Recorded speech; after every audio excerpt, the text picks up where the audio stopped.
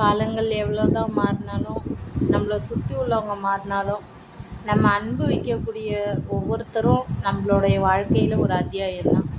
அப்படி பார்த்தா கணவன் மனைவி, மனைவி கணவன், அப்பா மகள், அம்மா மகன், அம்மா பொண்ணு, அப்பா பையன் அப்படின்னு ஒவ்வொருத்தரும் ஒவ்வொருத்தர் மேலேயும் அளவு கடந்து அன்பு வச்சுருக்கோம்.